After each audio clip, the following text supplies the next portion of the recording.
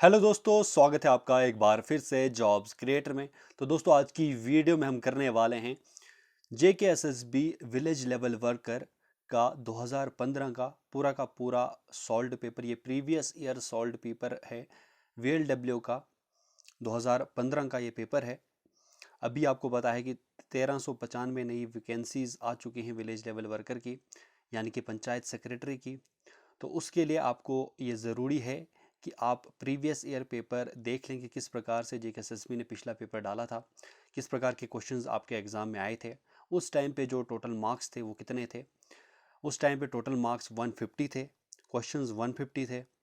और अभी जो सिलेबस आया है उसमें 100 मार्क्स का आपको दिया जाएगा। मोर और लेस सिलेबस सिमिलर तरीके का है, पर कुछ चेंजेस जो हैं अभी सिलेबस में की गई हैं।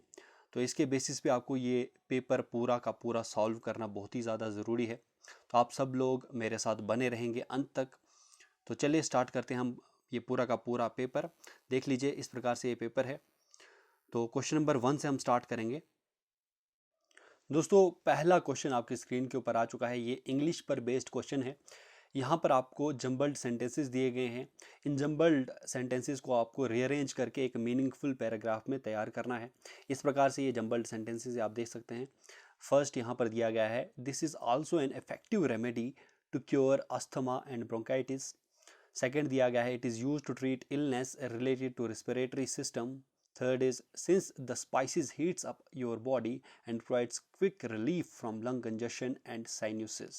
Fourth यहाँ पर दिया गया है, turmeric milk is an antimicrobial which attacks bacterial infections and viral infections. तो आपको इसको एक मीनिंगफुल पैराग्राफ बनाना है इन जंबल्ड सेंटेंसेस को। तो इसको इसके जो कोड्स इस प्रकार दिए गए थे पेपर में, 14324 231 2431 या फिर 3412। तो इसका सही आंसर किस प्रकार से था? इसका सबसे पहला जो यहाँ पर सेंटेंस किस प्रकार से आपको बनाना था, सबसे पहला यहाँ पर फोर्थ जो दिया गया था उस वो आता, turmeric milk is an anti microbial which attacks bacterial infections and viral infections. It is useful to treat illness related to respiratory system since the spices heats up your body and provides quick relief from lung congestion and sinuses. This is also effective remedy to cure asthma and bronchitis. तो यहाँ पर B option इसका सही answer है। Question number second की तरफ चलते हैं। यहाँ पर आपको पूछा गया था कि इस सेंटेंस को आपको सही करना था, इस सेंटेंस में कुछ गड़बड़ है, उस चीज़ को आपको यहाँ पर सही करके आपको ऑप्शन चुनना था। ऑप्शंस में आपको सही सेंटेंस दिया गया है। तो इस प्रकार से सेंटेंस दिया गया है, in each locality we find this days health centres are springing up. तो यहाँ पर इस सेंटेंस में यहाँ पर ग्रामेटिकल एरर कुछ दिया गया है, उसको आपको सही करना है। तो यहाँ पर चारों ऑप्शंस को आप अच्छे से देख लीजिए। इन चारों ऑप्शंस में जो सही आंसर है वो है, in each locality we find these days.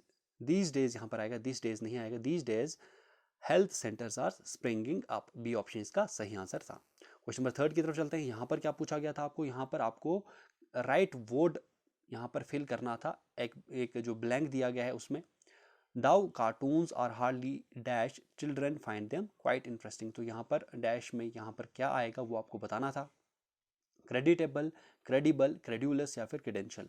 तो यहाँ पर सही आंसर आता, though cartoons are hardly credible. B option इसका सही आंसर था, childrens find them quite interesting. B यहाँ पर सही आंसर था क्वेश्चन नंबर थर्ड का। क्वेश्चन नंबर फोर्थ की तरफ चलते हैं। यहाँ पर क्या पूछा गया था आपको? दोस्तों, यहाँ पर आपको डायलॉग को कंप्लीट करना था। करेक्ट ऑप्शन यहाँ पर आपको जो ऑप्शंस में दिया गया है वो आपको चुनना था, और पूरे डायलॉग का जो फिल इन द ब्लैंक दिया गया है उसको आपको फिल करना है। तो यहाँ पर पेशेंट कहता है hello dash to doctor Venkat. Receptionist, no I am his secretary speaking. तो यहाँ पर ये डैश फिल करना है यहाँ पर। तो इसका यहाँ पर क्या आता? Patient, hello am I speaking to doctor Venkat. D option इसका सही आंसर आता। Receptionist, no I am his secretary speaking. तो यहाँ पर डी ऑप्शन सही आता है, am I speaking. D option यहाँ पर सही था। क्वेश्चन नंबर फिफ्थ की तरफ चलते हैं। यहाँ पर आपको राइट आर्टिकल चुनना था और ब्लैंक को फिल करना है। तो यहाँ पर dash woman is more serious than dash man. तो यहाँ पर क्या आता? यहाँ पर आता, a woman is more serious than a man. A option इसका सही आंसर था। यहाँ पर मिसप्रिंट हुआ है, यहाँ पर डी गलती से लग चुका है, पर यहाँ पर ए ऑप्शन इसका सही आंसर है। क्वेश्चन नंबर 6 की तरफ चलते हैं। यहाँ पर क्या पूछा गया है? यहाँ पर आपको राइट क्लॉज जो है ब्लैंक में भरना है। I will watch the film dash. I will watch the film if I finish early, C option इसका सही आंसर था। क्वेश्चन नंबर 7 की तरफ चलते हैं। यहाँ पर क्या पूछा गया था, select the right modal for the blank. यहाँ पर आपको राइट मॉडल ब्लैंक में भरना था। There are plenty of tomatoes in the fridge, you dash buy any. There are plenty of tomatoes in the fridge, you need not buy any. आपको कोई ज़रूरत नहीं है ज़्यादा अभी खरीदने की, तो सी ऑप्शन इसका सही था। क्वेश्चन नंबर, अब यहाँ पर एक पैसेज दिया गया है, उसके बाद आपको एक क्वेश्चन दिया जाएगा। इस पैसेज को आपको रीड करके उस क्वेश्चन का आपको आंसर देना था। तो ये पैसेज इस प्रकार से है, as a newspaper reporter I can do my assignment alone instead of being accompanied by 3 assistants.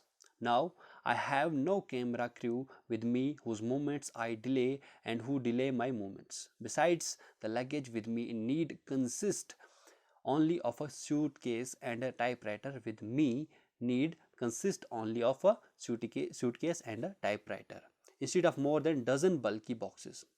Getting a story into a newspaper is so much less arduous than getting a dash of television onto the chair. A typewriter and a telephone replace the whole rigmarole of aeroplane and satellite, film labs and viewing theaters and editing machines and editors, with the result that the ex-reports has much more time to work in before the material leaves his hand. इस प्रकार से passage था, आपको खुद ही इसको understand करना है। हर एक चीज़ यहाँ पर मैं पूरी तरीके से अंडरस्टैंड यहाँ पर आपको नहीं करवाऊँगा, एक बार रीड करके आपको सीधे मैं आंसर यहाँ पर बताता हूँ। यहाँ पर क्वेश्चन क्या पूछा गया था, यहाँ पर आपको ब्लैंक को फिल करना था with homophones of peace. Homophone of peace, homophones का मतलब होता है सिमिलर प्रोनाउंसिंग, सिमिलर वॉइस जिसकी होती है, तो प्रोनाउंसिएशन में सिमिलर होते हैं, वो होते हैं होमोफोन्स। तो पीस का यहाँ पर होमोफोन से आपको ब्लैंक फिल करना था, तो पीस का होमोफोन क्या रहता है यहाँ पर, तो यहाँ पर बी ऑप्शन पीस, PIECE, ये सही आंसर यहाँ पर रहता। क्वेश्चन नंबर 9 की तरफ चलते हैं दोस्तों। यहाँ पर आपको नरेशन करेक्ट करनी थी सेंटेंस में, सेंटेंस की जो ये नरेशन है वो चेंज करनी थी और करेक्ट नरेशन को चूज करना था। ओके, अब यहाँ पर किस प्रकार से दिया गया है, he said to him please wait till I return. तो यहाँ पर क्या आता, यहाँ पर आता he requested him to wait there till he return. ये ऑप्शन इसका सही आंसर बन जाता। अब यहाँ पर क्वेश्चन नंबर 10 में आपको क्या पूछा गया था, यहाँ पर आपको पंक्चुएट करना था, जो सेंटेंस दिया गया है उसको आपको पंक्चुएट करना था क्वेश्चन नंबर 10 में। तो इस प्रकार से आपको क्वेश्चन नंबर 10 दिया गया है, Milton the great English poet was blind. Milton the great English poet was blind, इसको आपको पंक्चुएट करना था। तो यहाँ पर क्या आता, सी ऑप्शन यहाँ पर सही हो जाता। यहाँ पर क्या आता, Milton the great English poet was blind. Okay, तो यहाँ पर सी ऑप्शन यहाँ पर इसका सही आंसर होता। अब क्वेश्चन नंबर 11 में इस प्रकार से आपको पूछा गया था, select the right clause for the blank. यहाँ पर भी क्लॉज आपको फिल करना था इस ब्लैंक में। If you were to marry whom would you choose, A option इसका सही आंसर होता। If you were to marry whom would you choose, तो यहाँ पर करेक्ट क्लॉज यहाँ पर रहता। क्वेश्चन नंबर 12 की तरफ चलते हैं। यहाँ पर क्या था, यहाँ पर आपको राइट प्रपोजिशन फिल करनी थी ब्लैंक में। Nehru was born of rich parents, C option इसका सही होता। क्वेश्चन नंबर 13 में आपको जो एंटोनियम है वो आपको बताना है किसका, जो अंडरलाइंड वर्ड है उसका। तो यहाँ पर अंडरलाइंड वर्ड क्या था, गीता वॉज डेफिशिएंट। डेफिशिएंट यहाँ पर अंडरलाइन किया गया, इसका आपको एंटोनियम बताना था। Geeta was deficient in her work for which she was removed from her job. तो डेफिशिएंट का एंटोनियम क्या रहता, चारों ऑप्शंस आपको दिए गए थे इस प्रकार से, अनसेटिस्फैक्ट्री, सब स्टैंडर्ड, डिफेक्टिव या फिर एफिशिएंट। तो डेफिशिएंट का अपोजिट रहता एफिशिएंट, डी ऑप्शन इसका सही रहता। अब क्वेश्चन नंबर 14 की तरफ चलते हैं। यहाँ पर आपको डायलॉग को कंप्लीट करना है करेक्ट ऑप्शन को चुन के। तो क्वेश्चन नंबर 14 में जो डायलॉग दिया गया है इसको आपको कंप्लीट करना है, करेक्ट ऑप्शंस जो आपको ऑप्शंस में दिए गए हैं उसको चुन के आपको सही आंसर बताना है। तो यहाँ पर वाइफ कहती है, I am really thrilled about our trip to south India. I have heard it has some wonderful beaches. I don't know dash standing before the vast sea. Husband, yes, it is wonderful experience to see the vast waves rising and striking the bench. तो यहाँ पर fill in the blanks आपको करना है, fill करना है। तो क्या आएगा, I don't know dash standing before the vast sea. यहाँ पर आता I don't know how I shall feel standing before the vast sea. तो इसका आंसर हस्बैंड ने दिया है, yes it is wonderful experience to see the vast waves rising and striking the bench. तो ये आता है यहाँ पर बी ऑप्शन इसका सही आंसर हो जाता। सिंपल से क्वेश्चन आपको पूछे गए थे, ज़्यादा कोई टफ क्वेश्चन नहीं थे। 12th लेवल का ये पेपर था, बहुत ही सिंपल क्वेश्चंस थे, इंग्लिश, मैथ, रीजनिंग और पॉलिटी से रिलेटेड, हिस्ट्री से रिलेटेड, ज्योग्राफी से रिलेटेड कुछ क्वेश्चंस जीके में थोड़े टफ थे, जो कि आपको मैं बताऊंगा आगे किस प्रकार के क्वेश्चंस थे। तो क्वेश्चन नंबर 15 में अब यहाँ पर क्या पूछा गया है, करेक्ट द फॉलोइंग सेंटेंस। इसको करेक्ट करना है आपको सेंटेंस को। Business and industry too is using test. तो यहाँ पर क्या आता, यहाँ पर आता सी ऑप्शन इसका सही हो जाता है। यहाँ पर क्या होता, business and industry too are using tests. C option इसका सही आंसर हो जाता। क्वेश्चन नंबर 16 की तरफ चलते हैं। यहाँ पर क्या पूछा गया था, यहाँ पर राइट मॉडल आपको ब्लैंक में फिल करना है। It is a hospital you dash smoke here. तो यहाँ पर क्या आता है, it is a hospital you must not smoke here. D option इसका सही आंसर हो जाता। दोस्तों इसी के साथ क्वेश्चन नंबर 17 की तरफ चलते हैं। यहाँ पर आपको नरेशन, करेक्ट नरेशन चूज करनी थी सेंटेंस की, जो सेंटेंस नीचे दिया गया है। He said will you listen to such a man. तो यहाँ पर क्या आता दोस्तों, यहाँ पर ऑप्शंस दिए गए हैं। He asked them whether they will listen to such a man, फिर आता he asked whether they could listen to such a man, या फिर आता सी ऑप्शन में यहाँ पर दिया गया था he asked them if they will listen to such a man, या फिर he asked them whether they would listen to such a man. तो यहाँ पर डी ऑप्शन इसका सही हो जाता। यहाँ पर क्या था, he asked them whether they would listen to such a man. Okay, question number 18 की तरफ चलते हैं। यहाँ पर राइट आर्टिकल आपको ब्लैंक में फिल करना है। Dash book you want is out of print. यहाँ पर आता the book you want is out of print. अब अगला क्वेश्चन जो दिया गया था, इसमें भी पैसेज दिया गया है, उसके बाद आपको उस क्वेश्चन का आंसर देना था। तो यहाँ पर पैसेज क्या दिया गया था, being on college campuses where there is a mix of people with different backgrounds and different interest will educate you and allow you to meet people you may not have met had you gone to a less diverse school. Going to a college with a less homogeneous student body also give you the opportunity to shed light on hobbies, religions, ethnicities, or backgrounds you may not have been exposed to before, and you can really learn a lot from your exposure to different types of people. A girl on my floor in my dorm door is from China, and on the first day that we all arrived, she handed my roommates and me small packages of candy and tea from China. That's when we learned that it was a Chinese tradition to give people you visit our room with little gifts. You learn something new every day. तो इस प्रकार का ये passage था, आपको इसका answer बताना था। यहाँ पर जो अगला क्वेश्चन दिया गया है, going to a diverse college helps us to. Diverse college में जाके हमें क्या मदद मिलती है, इस पैसेज के हिसाब से क्या था, तो डाइवर्स कॉलेज में जाके क्या मदद मिलती थी, यहाँ पर एक्सपोजर जो था, हमें इससे बहुत कुछ सीखने को मिलता था। Learn from our exposure to different types of people. तो इसका पैसेज के हिसाब से सी ऑप्शन इसका सही आंसर है। क्वेश्चन नंबर 20 की तरफ चलते हैं दोस्तों। यहाँ पर पूछा गया है choose the right meaning of underlined idiom.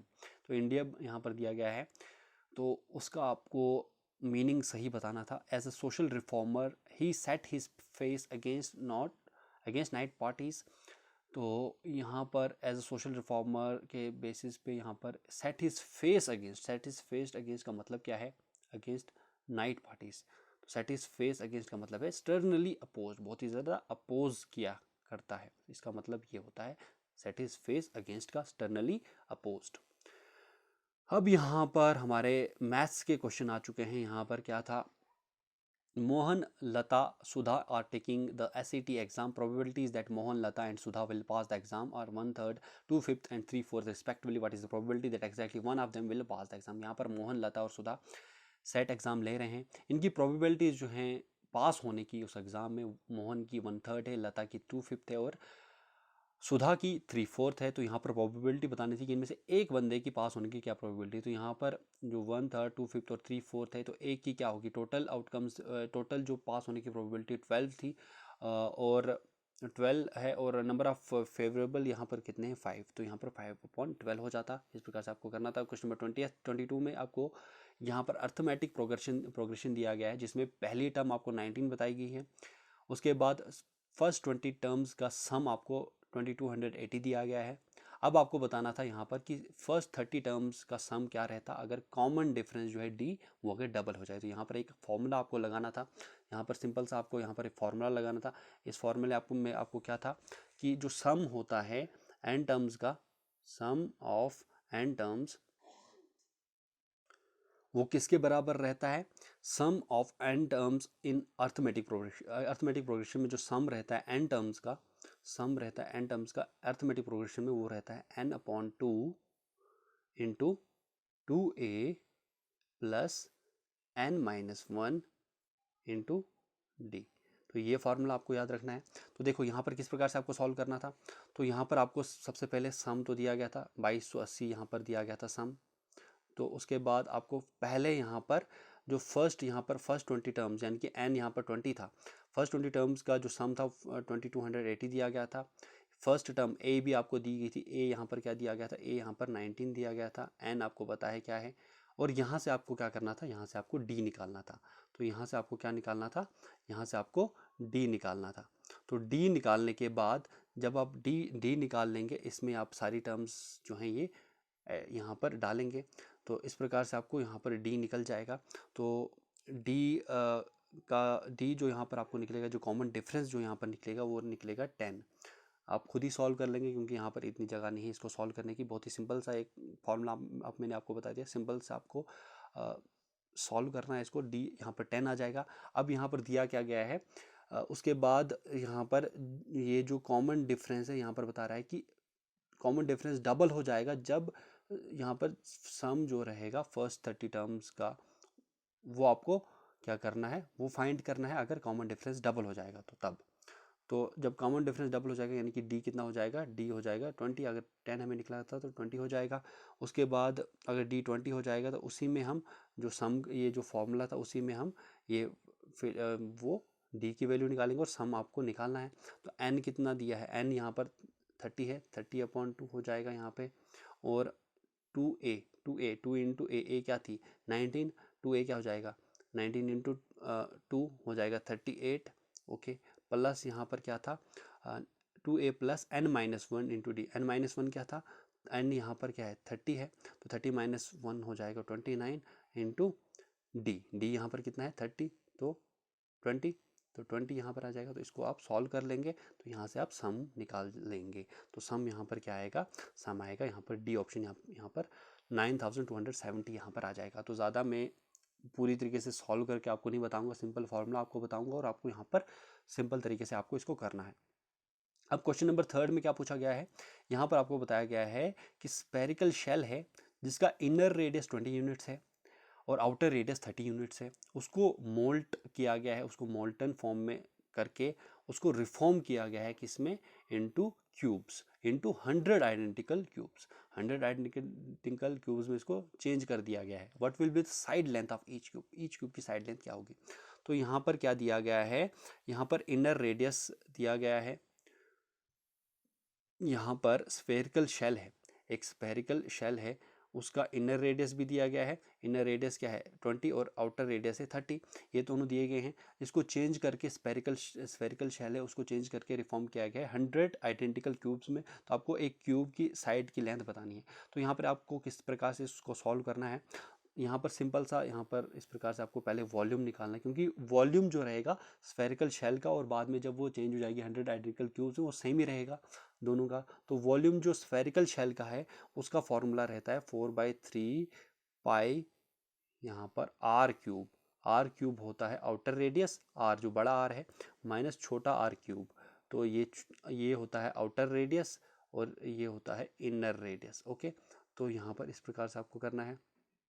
ये फार्मूला लगा के आप सबसे पहले पाई की वैल्यू डालेंगे 22.7, 20 यहाँ पर आर की वैल्यू है 30 और छोटे आर की वैल्यू है 20, तो 30 का क्यूब 20 का क्यूब। यहाँ से आप वॉल्यूम निकालेंगे किसकी, यहाँ से आपको वॉल्यूम निकलेगी स्फेरिकल शेल की। उसके बाद आप वॉल्यूम निकालेंगे, ये जो स्फेरिकल शेल की वॉल्यूम होगी वो किसके बराबर होगी, वॉल्यूम ऑफ क्यूब के बराबर होगी।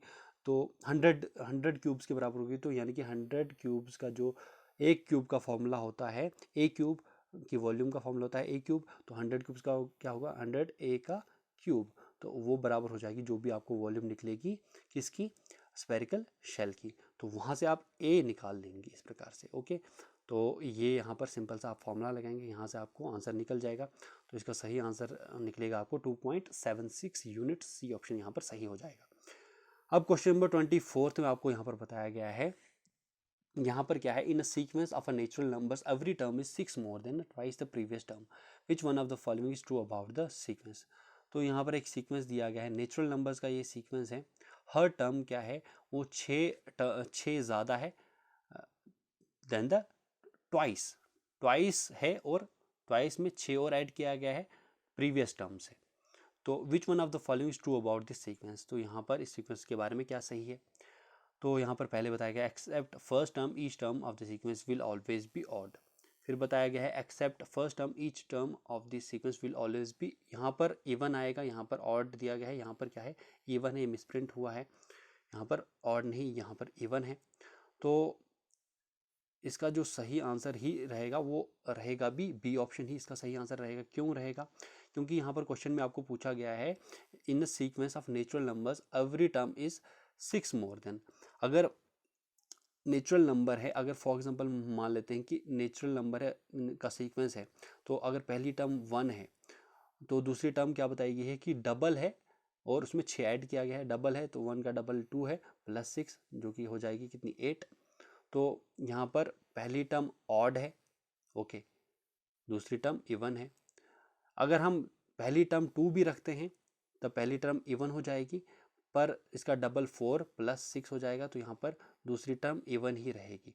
तो यहाँ पर इसका सही आंसर जो रहेगा वो रहेगा क्या, बी ऑप्शन इसका सही आंसर रहेगा, यानी कि पहली टर्म के अलावा each term of A sequence will always be even. यहाँ पर गलत है, यहाँ पर ऑड नहीं है, यहाँ पर इवन यहाँ पर दिया गया था, यहाँ पर मिसप्रिंट हुआ है, तो इवन रहेगा, बी ऑप्शन इसका सही आंसर रहेगा। क्वेश्चन नंबर 25 में आपको क्या पूछा गया है दोस्तों, यहाँ पर आपको पूछा गया है the probability of occurrence of heads on a biased coin is twice the probability of occurrence of tails. What is the probability of occurrence of tails when the coin is tossed. तो दोस्तों यहाँ पर क्या बताया गया है कि probability जो है हेड्स आने की प्रोबेबिलिटी कितनी है, 2 गुना ज़्यादा है then the occurrence of tales.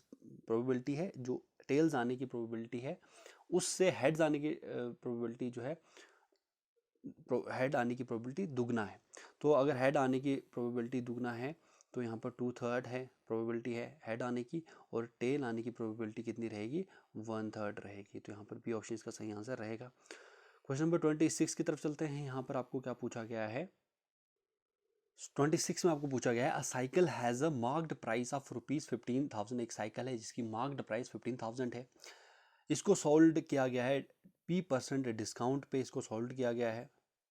उसके बाद if even after this discount a profit of P% is earned, इस डिस्काउंट के बाद भी P% प्रॉफिट अर्न किया गया है।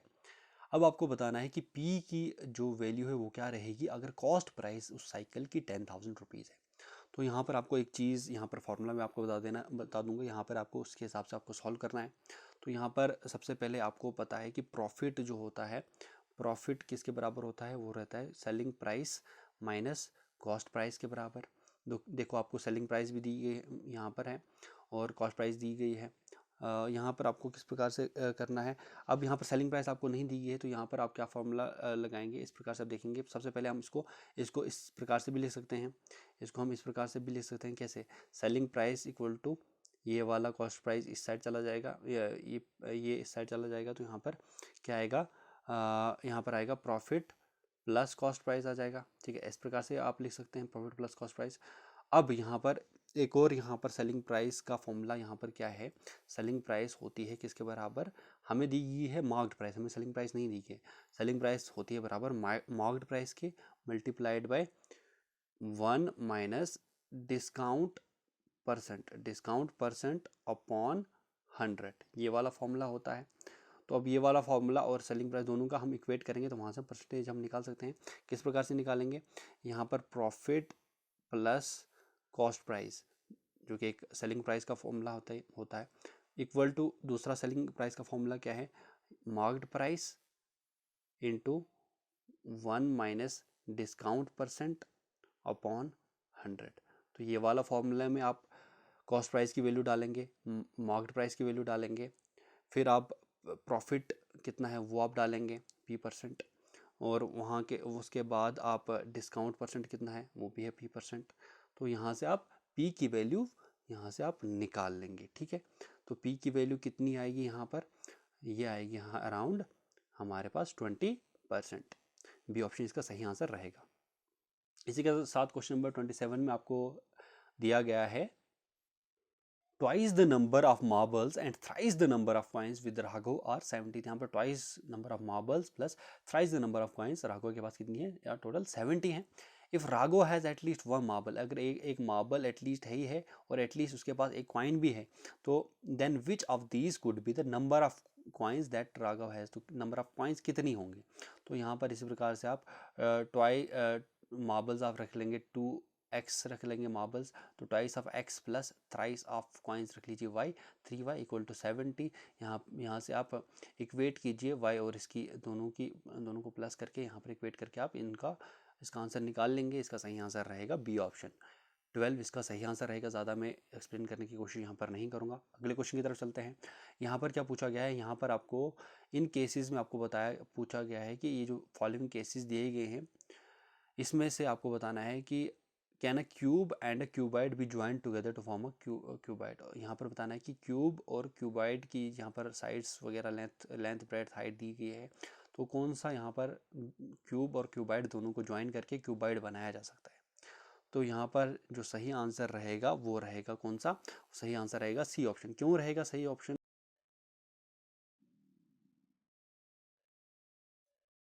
दोस्तों क्वेश्चन नंबर 28 में इस प्रकार से आपको दिया गया है। 28 हमने कर लिया था, क्वेश्चन नंबर 29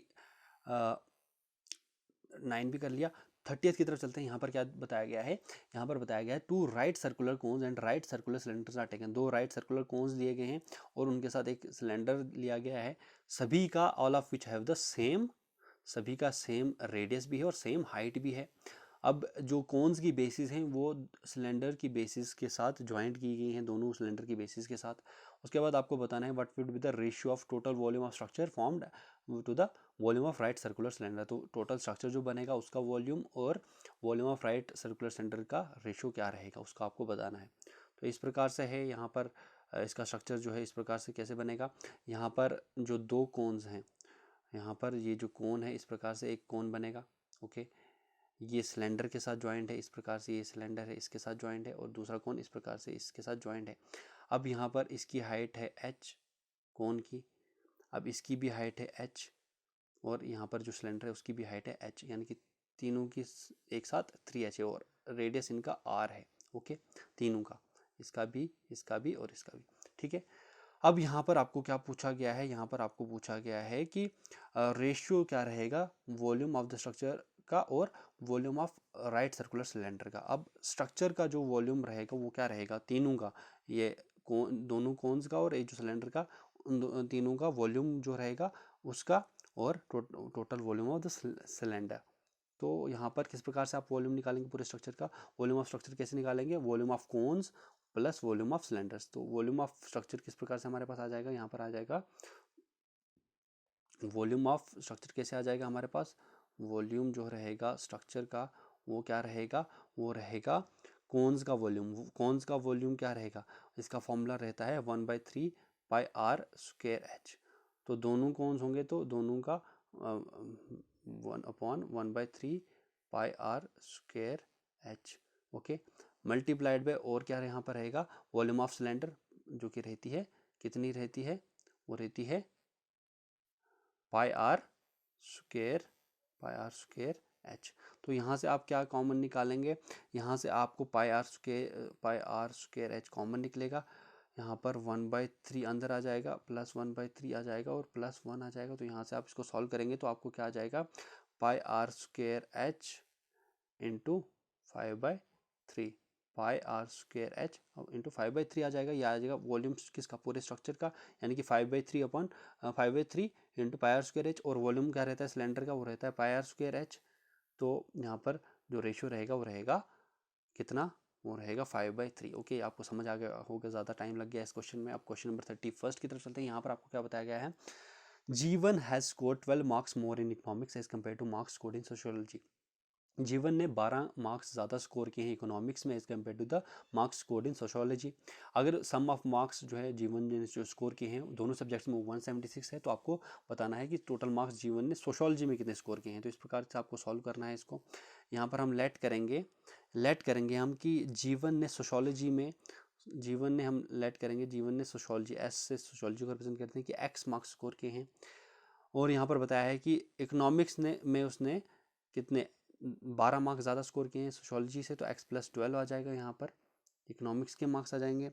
अब यहाँ पर दोनों का जो दोनों सब्जेक्ट्स का सम है मार्क्स का वो कितना है बताया गया है 176, यानी कि x यहाँ पर यानी कि x+12 वो कितना दिया गया है, वो दिया गया है 176। तो x प्लस एक्स आ जाएगा 2x, 2x + 12 = 176 और यहाँ से आप x निकालेंगे 176 - 12 हो जाएगा यहाँ पर जो आ जाएगा 164/2 आ जाएगा हमारे पास x = 82। अगर x हमारे पास 82 आ गया तो अब यहाँ पर हमारे पास x क्या था, x हमने लेट किया था मार्क्स इन सोशियोलॉजी, तो वही आपको निकालना था। सही आंसर है ए ऑप्शन।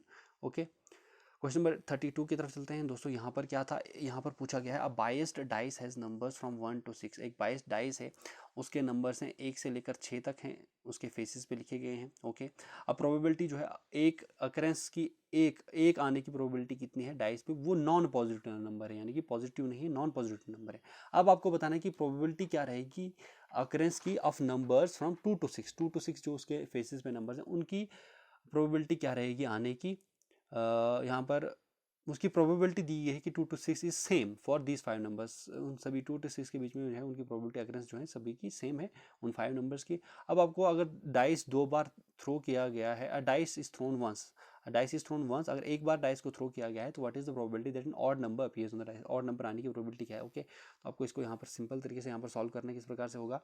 यहाँ पर फेवरेबल आउटकम्स कितने हैं, फेवरेबल आउटकम्स कितने हैं, फेवरेबल आउटकम्स यानी कि आपको क्या निकालना है, फेवरेबल आउटकम्स यानी कि ऑड नंबर्स निकालने की, ऑड नंबर्स कितने आ सकते हैं, तो फेवरेबल आउटकम्स कितने आ सकते हैं, वो 2 ही आ सकते हैं। फेवरेबल आउटकम्स 2 हैं, कौन कौन से हैं, 3 आ सकता है या फिर 5 आ सकता है, ये दोनों ऑड है ना, 3 और 5। तो एक तो यहाँ पर हमारे उसकी जो पॉसिबिलिटी वो नॉन पॉजिटिव नंबर है तो वो तो नहीं आएगा, तो यहाँ पर फेवरेबल आउटकम्स 2 रहेंगे। टोटल आउटकम्स कितने रहेंगे, टोटल आउटकम्स कितने हैं, 5 हैं। तो क्या हमारे पास प्रोबेबिलिटी रहेगी 2/5। ओके, 2/5 हमारे पास प्रोबेबिलिटी आ जाएगी, यानी कि बी ऑप्शन इसका सही आंसर है। अब क्वेश्चन नंबर 33 में आपको क्या पूछा गया है, यहाँ पर आपको सम मेटेलिक हेमिस्फीयर्स दी गई हैं ऑफ रेडियस आर ईच। कुछ मेटेलिक हेमिस्फीयर्स दिए गए हैं जिनकी रेडियस कितनी है, आर है, वो ली गई हैं। They are melted together and reform to make a sphere of radius 3r। यहाँ पर इन मेटेलिक हेमिस्फीयर्स को बाद में मेल्ट करके उन जो एक स्फेयर बनाया गया है जिसका रेडियस 3 गुना ज़्यादा है पहले जो हेमिस्फीयर्स है उनसे, 3r है उनका। How many hemispheres were their original, कितनी हेमिस्फीयर्स वहाँ पर ओरिजिनली थी वो आपको बताना है। तो यहाँ पर आपको पता होगा कि वॉल्यूम जो है सिमिलर रहेगा बाद में और पहले, तो हम सबसे पहले देख लेते हैं कि वॉल्यूम का फॉर्मूला क्या रहता है। तो वॉल्यूम जो रहता है हेमिस्फीयर का, वॉल्यूम जो रहता है हेमिस्फीयर का वो क्या रहता है, उसका फॉर्मूला वो रहता है 2/3πr³, 2/3πr³ रहता है। और वॉल्यूम जो रहता है स्फेयर का वो क्या रहता है 4/3, यानी कि डबल रहता है 4/3πr³ रहता है। ओके, ये आपको समझ आ गया, ये फॉर्मूला रहता है। अब एक स्फेयर बनाने के लिए जिसका क्या रहेगा, एक स्फेयर बनाने के लिए जिसका रेडियस 3r रहेगा फ्रॉम हेमिस्फेयर जिसका रेडियस r है, तो यहाँ पर क्या है, तो 3r है, तो इस प्रकार से आप इसको आप देख लेंगे। इस प्रकार से क्या है कि हेमिस्फेयर जो रहेगा इसका अगर रेडियस r है तो स्फेयर का रेडियस 3r हो चुका है, तो वहाँ पर क्या होगा, इस प्रकार से हो जाएगा। दोनों का वॉल्यूम तो बाद में और पहले भी सेम ही रहेगा, तो आपको नंबर्स निकालने हैं, तो किस प्रकार से आप निकालेंगे, तो आप एक्स्ट्रा जो आ जाएगा यहाँ पर 2 यानी कि 4/3πr³, r क्या है, अब यहाँ पर 4/3πr³ स्फेयर का था तो r यहाँ पर 3r है, 3r का क्यूब है, वो किसके बराबर है, यहाँ पर आ जाएगा 2/3πr³ जो कि किसका फॉर्मूला है, r यहाँ पर सिंपल ये रेडियस है जो कि है हेमिस्फेयर का, ये वाला हेमिस्फेयर का, ये स्फेयर का। अब यहाँ पर आप 4/3 को आप 2/3 भी ले सकते हैं और मल्टीप्लाई आप 2 के साथ यहाँ पर कर सकते हैं ना, सिंपल। तो ये वाला कॉमन है 2/3π। अब यहाँ पर अलग क्या है, 3 का क्यूब आ जाएगा, 3 × 3 × 3 आ जाएगा, जो कि आएगा हमारे पास 3 3 ज़ा 9, 3 ज़ा 27 और बाकी r³ और r³ सिमिलर रहेगा यहाँ पर भी। अब 27 और यहाँ पर 2, 27 × 2 54, तो यहाँ पर यानी कि 54 यहाँ पर हेमिस्फीयर से बना हुआ है। ओके, तो हेमिस्फीयर्स कितनी रिक्वायर्ड है, 54, यहाँ से आप इजीली निकाल सकते हैं इसको, 54 यानी कि सी ऑप्शन इसका सही आंसर था। अब क्वेश्चन नंबर 34 में आपको क्या दिया गया है, यहाँ पर एक क्यूबाइड लिया गया है और उसको डिवाइड किया गया है 2 इक्वल पार्ट्स में, 2 इक्वल पार्ट्स में, ताकि हर एक पार्ट एक क्यूब बने। एक क्यूबाइड है जिसको डिवाइड किया गया है इस प्रकार से कि हर एक पार्ट एक क्यूब बने, which of this will be definitely true, इसमें से कौन सा सही होगा ही होगा। तो cuboid is a cube itself, the ratio of a pair of side of cuboid is 1:2, या फिर no two edges of cuboid are of equal length, या फिर cuboid can never be divided into two identical cubes. अब पहला यहाँ पर क्या दिया गया, cuboid is a cube itself, cuboid जो है वही क्यूब है, कैसे होगा, ये तो नहीं होगा क्योंकि उसको कट करके जो है दो क्यूब्स बन रहे हैं तभी वो क्यूबाइड बन रहा है, यानी कि उसकी लेंथ जो होगी वो डबल होगी। यानी कि इस प्रकार से अगर क्यूबाइड होगा, ये अगर क्यूबाइड है, ओके, ये क्यूबाइड है, स्ट्रक्चर उतना सही नहीं है, पर यहाँ पर अगर इसका जो लेंथ है वो अगर 2s होगा तो ये s होगा और ये भी s होगा, हाइट, और ये तभी हम इसको बीच में कट करेंगे तो ये s और ये s कट हो जाएगा, तो यहाँ पर लेंथ, ब्रेड्थ और हाइट तो सिमिलर रहेगी, तभी ये दो आइडेंटिकल क्यूब्स में चेंज हो जाएगा ना। ओके, तो यानी कि अब यहाँ पर अगर 2s इसकी लेंथ है तो यहाँ पर s है, तो इन यहाँ पर सिर्फ एक ऑप्शन सही रहेगा कि रेशियो जो है इसके पेयर ऑफ साइड्स का वो 1:2 रहेगा, क्योंकि अगर लेंथ इसकी 2s है और ब्रेड्थ और हाइट यहाँ पर s है तो यहाँ पर इनका रेशियो 1:2 ही रहेगा, बस ये वाला ऑप्शन सही है। बाकी जो यहाँ पर बताया गया है cuboid is a cube itself, ये गलत हो जाएगा, ये सही है। बाकी no two edges of cuboid are equal length, दो एजेस तो रहेंगी, ब्रेड्थ और हाइट तो सिमिलर रहेंगी, ये भी गलत रहेगा। Cuboid can never be divided to identical cubes, तो ये भी गलत रहेगा। तो यहाँ पर बी ऑप्शन इसका सही आंसर रहेगा। क्वेश्चन नंबर 35 में आपको क्या पूछा गया है, अ सॉलिड सिलेंडर, यहाँ पर एक सॉलिड सिलेंडर है made of aluminium is molten to form an identical right circular cones. यहाँ पे एक सॉलिड सिलेंडर है जो कि एल्यूमिनियम का बनाया हुआ है, उसको an identical n number of circular cones में इसको चेंज कर दिया गया। एक सॉलिड सिलेंडर है, उसको फिर कोन्स में, वो कितने कोन्स हैं, एन कोन्स में उसको चेंज कर दिया गया है मोल्ट करके, such that radius of cone, इस प्रकार से कि कोन का रेडियस और सिलेंडर का रेडियस जो है सेम है, और हाइट जो रहती है कोन की, क्या हाइट क्या है, वो हाइट कोन की आधी है then the height of cylinder. अगर हम मान लें इस प्रकार से, ये अगर सिलेंडर है, ये वाला सिलेंडर, हम, ये सिलेंडर की शेप है, ये इसकी हाइट है, ओके। अब यहाँ पर बताया गया है ये इसका रेडियस है, तो आपको इसको एन नंबर ऑफ कोन्स में चेंज किया गया है, जिनकी क्या है, जिनकी अगर ये कोन है इसका रेडियस जो है सिमिलर है, पर इसकी हाइट जो है ना, हाइट क्या है, h/2 है, यानी कि आधी है, ठीक है। तो ये कितने कोन्स होंगे जो कि इससे बने होंगे, ठीक है, ये आपको बताना है। तो यहाँ पर आपको सिंपल सा फॉर्मूला लगाना है, सिलेंडर का वॉल्यूम का फॉर्मूला, दोनों के वॉल्यूम तो बाद में सिमिलर ही रहेगा, सिलेंडर का वॉल्यूम का फॉर्मूला रहता है πr²h, आपको पता है। उसके बाद कोन का जो वॉल्यूम रहता है ऑफ कोन, वो क्या रहता है, वो रहता है 1/3 πr²h, 1/3 πr², यानी कि कोन का जो है 1/3 पहले ही कम रहता है।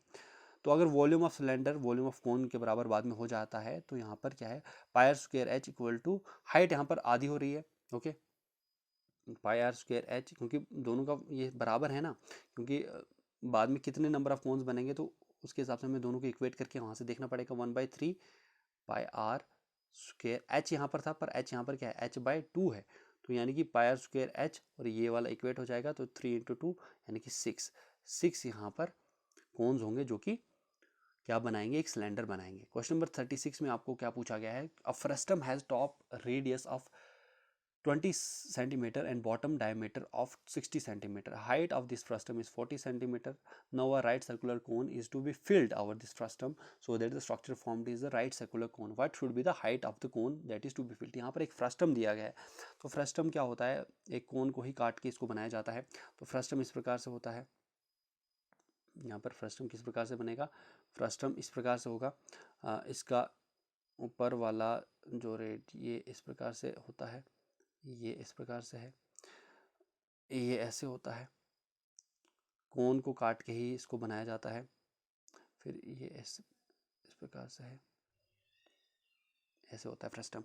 अब क्या बताया गया है कि यहाँ पर क्या बताया गया है, ये है कोन, यहाँ पर ये बताया गया है कि फ्रस्टम दिया गया है जिसका टॉप रेडियस, ये वाला जो रेडियस है ये कितना है, 20 सेंटीमीटर है। अब नीचे वाला जो डायमीटर है वो कितना दिया गया है, वो है 60 यहाँ पर सेंटीमीटर दिया गया है डायमीटर।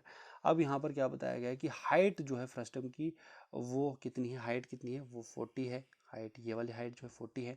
उसके बाद now the right circular cone is to be filled, अब ये सर्कुलर कोन जो है, अब इसको सर्कुलर कोन बनाना है, तो इसको सर्कुलर कोन बनाना है, उसको उसमें फिल करना है ताकि ये स्ट्रक्चर जो है एक पूरा के पूरा ये फ्रस्टम को फिल इस तरीके से करना है कि ये पूरा का पूरा राइट सर्कुलर कोन बन जाए। तो हाइट क्या रहेगी उस कोन की, तो यहाँ पर हाइट जो रहेगी यहाँ की, क्योंकि ये हाइट 40 है, इसका रेडियस 20 है, तो 20 तो 20 40, तो यहाँ पर ऊपर वाला हमें 40 ही ऐड करना पड़ेगा।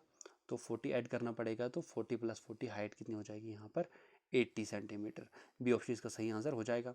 क्वेश्चन नंबर 37 की तरफ चलते हैं। यहाँ पर क्या पूछा गया है आपको, यहाँ पर दोस्तों आपको पूछा गया है the population of a city grows bye 20% after every 2 years. अब यहाँ पर पॉपुलेशन बताया गया है कि एक सिटी की पॉपुलेशन 20% ग्रो कर रही है हर 2 साल के बाद। अगर एक डेकेट में पॉपुलेशन ग्रो कर गई है 2,97,664, पॉपुलेशन क्या रहेगी सिटी की, तो पॉपुलेशन सिटी की रहेगी 2 लाख। तो इसमें आप देखेंगे हर 2 साल के बाद इसमें आप 20% ऐड करेंगे पॉपुलेशन, तो उसके बाद आप देखेंगे तो ये पॉपुलेशन 10 डेकेड के बाद ये आ जाएगी आपको। तो यहाँ पर बी ऑप्शन इसको सही आंसर है। उसके बाद क्वेश्चन नंबर 38 में क्या पूछा गया है, यहाँ पर एक सॉलिड राइट सर्कुलर सिलेंडर है, रेडियस इसका 10 यूनिट्स है, हाइट यहाँ पर 20 यूनिट्स है। अब यही राइट सर्कुलर सिलेंडर, इसको भी मेल्ट किया गया है। उसके बाद in which of these figures should it be reform so that figure has maximum total surface area. अब राइट सर्कुलर सिलेंडर है, अब राइट सर्कुलर सिलेंडर इस प्रकार से दिया गया है ये भी। अब इसकी यहाँ पर क्या बताया गया है कि इसकी जो इसका जो रेडियस है वो कितना है 10 यूनिट्स है। उसके बाद इसकी जो हाइट है, हाइट कितनी है वो है 20 यूनिट्स है, ठीक है। इसको मेल्ट करके अब आपको बताना है कि कौन सी फिगर में इसको मेल्ट किया जाए ताकि इसका सरफेस एरिया जो है सबसे ज़्यादा रहे। तो इसका सरफेस एरिया कब ज़्यादा रहेगा, इसका सरफेस एरिया ज़्यादा रहेगा जब ये क्यूब में ट्रांसफॉर्म होगा। क्यूब में क्योंकि 6 साइड्स होती हैं, तो यहाँ पर सबसे ज़्यादा सरफेस एरिया क्यूब में रहेगा, ठीक है।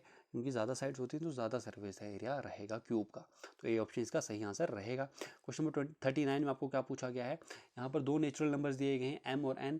इस प्रकार से लिए गए कि m जो है 10 ज़्यादा है n से, अगर 20 ऐड किया जाए m में we get 10 more than 3 times of n, तो what is the value of n। तो ओके, इस प्रकार से आपको सॉल्व करने, इसको क्या करते हैं हम लेट हम करते हैं कि n जो है लेट हम करते हैं कि n x कर देते हैं लेट। m क्या दिया गया है आपको, m आपको बताया गया कि 10 ज़्यादा है x n से, यानी कि x + 10 हो जाएगा, ठीक है। लेट हमने किया n कितना x, m हो जाएगा x + 10 क्योंकि 10 ज़्यादा है। अब यहाँ पर दिया क्या गया है, दिया यहाँ पर आपको दिया गया है कि if 20 is added to m में अगर 20 ऐड किया जाए, m क्या है, m आपको x + 10 था, x + 10 में अगर 20 ऐड किया जाए यानी +20 किया जाए तो वो किसके बराबर आ जाएगा, वो बराबर आ जाएगा thrice 3 times of n, 3 times of n। n क्या है, n आपको दिया गया था x, तो 3 टाइम्स ऑफ x आ जाएगा, वी गेट 10 मोर देन, 10 ज़्यादा मिलेगा 3 times of 10 more than 3 times of x, 3 times of n, तो 3x + 10। तो यहाँ से आप क्या करेंगे 3x - x आ जाएगा 2x, 20 + 10 आ जाएगा 30, 30 - 10 आ जाएगा 20, 2x = 20 आ जाएगा। x हमारे पास क्या निकल कर आ जाएगा, x हमारे पास निकल कर आ जाएगा 10, ओके। x हमारे पास निकल कर आ जाएगा 10 और हमें निकालना है n की वैल्यू, तो x ही हमारे पास हमने लेट किया था n की वैल्यू, तो जो क्या हमारे पास कितनी आई, वो हमारे पास आई 10, ओके। बी ऑप्शन इसका सही आंसर है। क्वेश्चन 40 की तरफ चलते हैं। यहाँ पर भी आपको इस प्रकार से ये दिया गया है ये question. Satvir has a sum of 10,000 rupees with him, he invested. Satvir के पास 10,000 रुपीज़ हैं, उसने इन्वेस्ट किया है अपना part of rate of interest, एक पार्ट उसने, अब सतवीर के पास 10,000 टोटल रुपीज़ थी, उसने एक पार्ट जो है इन्वेस्ट किया at the rate of interest 10% rate of interest पर एनएम के हिसाब से उसने एक पार्ट इन्वेस्ट कर दिया, दूसरा पार्ट उसने 8% पर एनएम के हिसाब से इन्वेस्ट कर दिया। कंपाउंडेड, इनको एनुअली कंपाउंड कर दिया। अब यहाँ पर जो इंटरेस्ट रहेगा, उसको जो इंटरेस्ट मिलेगा 2 साल के बाद वो रहेगा 1926 rupees. In what part did he divide the sum, तो ये किस में डिवाइड में करेगा, 4000 और 6000 में डिवाइड करेगा, तभी इसको यहाँ पर इंटरेस्ट जो रिसीव होगा वो 1926 रहेगा और ये रहेगा, और 8% और 10% में इसको मिलेगा। तो यहाँ पर अमाउंट का फॉर्मूला आपको लगाना है principal into 1 + r/100 raise power n, और उसके बाद आपको निकालना है। तो इस प्रकार से आप निकाल लेंगे तो आपको आंसर आ जाएगा, ओके। अब हम चलते हैं, ये हमारा मैथ्स का सेक्शन भी कंप्लीट हो गया, जो हमारा था 20 क्वेश्चन पहले इंग्लिश के थे, फिर 20 क्वेश्चन मैथ के आपको दिए गए थे, उसके बाद आपको यहाँ पर हिस्ट्री के क्वेश्चन दिए गए हैं, तो इसको भी आप सॉल्व करते हैं। इसके चलिए स्टार्ट करते हैं क्वेश्चन नंबर 41 से। Who was the author of book poverty and un British rule in India? Poverty and un British rule of India का ऑथर कौन था? तो इसके ऑथर थे दादा भाई नारोजी। भी ऑप्शन इसका सही आंसर है।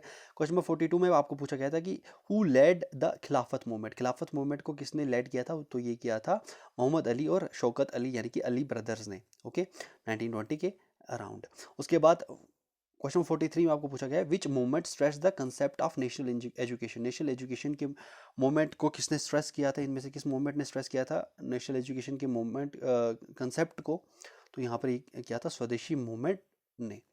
क्वेश्चन 44 में आपको पूछा गया है arms act was passed in the year? Arms act कब पास हुआ था? तो आर्म्स एक्ट पास हुआ था 1878 में। क्वेश्चन 45 में आपको पूछा गया है which of the following was not cause of formation of Muslim League in 1906? तो इनमें से कौन सा कॉज नहीं था मुस्लिम लीग बनाने का 1906 में? तो दोस्तों क्वेश्चन नंबर 45 का जो सही आंसर है वो है ए ऑप्शन। ए ऑप्शन में आपको क्या दिया गया है? ए ऑप्शन में आपको दिया गया है Muslims wanted a separate nation. Muslims यहाँ पर सेपरेट नेशन चाहते थे, तो ये गलत है। तो मुस्लिम लीग बनाने का ये नहीं था 1906 में जब ये बनी थी। ठीक है, क्वेश्चन नंबर 46 की तरफ यहाँ पर चलते हैं। यहाँ पर क्या पूछा गया है? Who played an important role in spreading Swadeshi movement across India?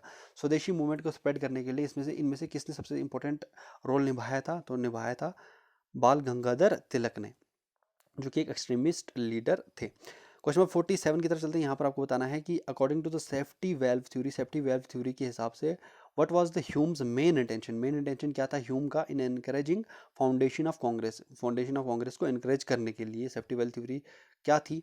ये थी ये क्या था? इसका सही आंसर था A option, provide a safe outlet. Safe outlet provide करता था ये टू अ ग्रोइंग जो डिस्कंटेंट हुआ था अमंग एजुकेटेड इंडियंस, उसके लिए एक सेफ आउटलेट था ये। ठीक है, कांग्रेस को बनाने का। ठीक है, क्वेश्चन 48 की तरफ चलते हैं। यहाँ पर विच of the following was not a result of unjust British economic policies? तो इनमें से कौन सा रिजल्ट नहीं था अनजस्ट ब्रिटिश इकोनॉमिक पॉलिसीज का? तो सही आंसर है इसका balance of trade and higher employment in India due to the increase in export. D option इसका सही आंसर था। क्वेश्चन नंबर 49 की तरफ चलते हैं। विच one of the following is the wrong match? इनमें से कौन सा रॉन्ग मैच किया गया है? 1878 वर्नाकुलर प्राइस एक्ट, ये सही है। 1913 दांडी मार्च, ये गलत है। 1931 में किया गई थी दांडी मार्च। 1885 formation of the Indian national Congress, सही है। 1985 पार्टीशन ऑफ बंगाल, तो बी ऑप्शन यहाँ पर गलत है। फिर 50th में आपको बताया गया है which was the lost territory to be annexed through the subsidiary alliance? Subsidiary alliance जो था उसमें सबसे लास्ट टेरिटरी कौन सी थी जो कि अधीन कर दी गई थी, एनेक्स कर दी गई, कॉन्कर कर दी गई थी? तो कौन सी थी? अवध जो है सब्सिडरी अलायंस के तहत इसको एनेक्स किया गया था। ठीक है, क्वेश्चन 51 में आपको पूछा गया है which one of the following was result of 1857 uprising? इनमें से कौन सा 1857 की अपराइजिंग का रिजल्ट था? तो इनमें से सही आंसर जो है 1857 की अपराइजिंग का रिजल्ट क्या रहा था? वो रहा था British crown took over the powers from east India company. East India company से ब्रिटिश क्राउन ने बाद में पावर्स ले ली थी। किसकी वजह से? 1857 अपराइजिंग, यानी 1857 की रिवोल्ट की वजह से।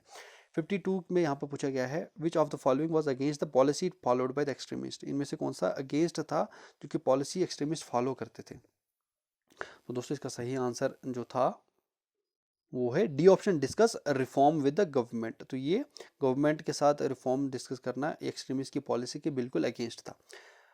क्वेश्चन नंबर 53 में आपको पूछा गया है which of the following was an objective of Mountbatten plan of June 1947? तो माउंट बेटन प्लान जो था उसका ऑब्जेक्टिव क्या था 1947 में जो लाया गया था? मेन ऑब्जेक्टिव क्या था इसका?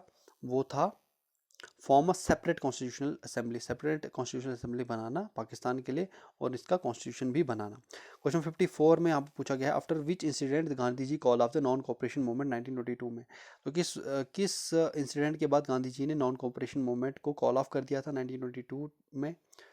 तो ये था चोरा चोरी अपराइजिंग जो हुई थी, चोरा चोरी जो इंसिडेंट हुआ था जिसमें पुलिस ऑफिसर्स, बहुत सारे पुलिसमैन को मारा गया था लोकल्स द्वारा, तो उसकी वजह से गांधी जी ने नॉन कोऑपरेशन मूवमेंट को विड्रॉ कर लिया था। क्वेश्चन 55 में आपको पूछा गया है quit India movement was launched during the rule of which one of the following viceroys? Quit India movement किस वाइसरॉय के अंदर लॉन्च किया गया था? तो ये लॉन्च किया गया था quit India movement Lord Linlithgow के दौरान।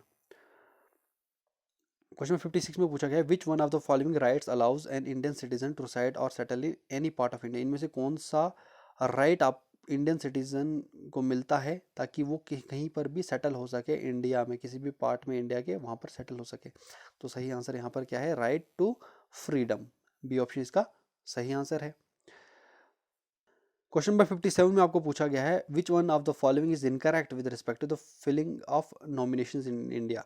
इनमें से कौन सा इनकरेक्ट है किसके रिस्पेक्ट में, नॉमिनेशंस फिल करने के रिस्पेक्ट में इंडिया में। तो सही आंसर है यहाँ पर nominations can be filed even on a public holiday, public holiday पे नॉमिनेशंस फाइल की जा सकती हैं, पर ये गलत है, पब्लिक हॉलीडे पे नॉमिनेशंस फाइल नहीं की जा सकती। क्वेश्चन 58 में आपको क्या पूछा गया, Indian democracy comes under which type of following division. इनमें से इंडियन डेमोक्रेसी किस में आती है, तो इंडियन डेमोक्रेसी आती है लिबरल यानी कि रिप्रेजेंटेटिव डेमोक्रेसी है इंडिया की। क्वेश्चन नंबर 59 में आपको पूछा गया है which of the following statement is false with respect to municipal council, municipal council के उसमें कौन सा यहाँ पर ये गलत स्टेटमेंट दिया गया है। तो यहाँ पर जो सही आंसर है वो है C option, councillors of municipal corporations are elected for 3 years, ये 5 ईयर्स के इलेक्ट होते हैं, 3 ईयर्स के लिए नहीं होते हैं। उसके बाद यहाँ पर जो क्वेश्चन नंबर 60th है उसकी तरफ चलते हैं। 60th में क्या पूछा गया है, which fundamental right is violated when a 12-year old girl works as a full time housemaid. तो कौन सा यहाँ पर फंडामेंटल राइट वायलेट होता है जब एक 12 साल की लड़की फुल टाइम मेड के तौर पे एक्ट करती है, कल्चरल एजुकेशनल राइट्स, या फिर right to freedom, right against exploitation, या फिर राइट टू इक्वालिटी। तो आर्टिकल 29 और 30 यहाँ पर जो आते हैं राइट अगेंस्ट एक्सप्लॉयटेशन, तो सी यहाँ पर सही आंसर इसका है। क्वेश्चन नंबर 61 में आता है, यहाँ पर पूछा क्या गया है, यहाँ पर आपको पूछा गया है which one of the following directive principles of state policy reflects the Gandhian policy. इनमें से कौन से directive principle state policy Gandhian policy को रिफ्लेक्ट करते हैं। तो इसका सही आंसर है promotion of cottage industries, cottage industry की प्रमोशन इन रूरल एरियाज, ये गांधीयन प्रिंसिपल्स को शो करते हैं।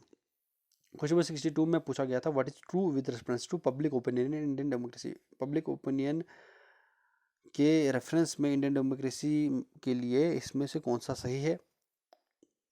तो सही यहाँ पर है keep the government alert towards the rights and liberties of the people, government को अलर्ट रखना राइट्स और लिबर्टीज के लिए लोगों की। क्वेश्चन नंबर 63 में पूछा गया है which one of the following is not in the list of languages recognize by Indian constitution. में से कौन सी लैंग्वेज रिकग्नाइज की नहीं की गई है इंडियन कॉन्स्टिट्यूशन द्वारा, सही आंसर है इंग्लिश। क्वेश्चन नंबर 64 यहाँ पर बताया गया है which of the following is a disadvantage of universal adult franchise. Universal adult franchise जो है उसका डिसएडवांटेज क्या है।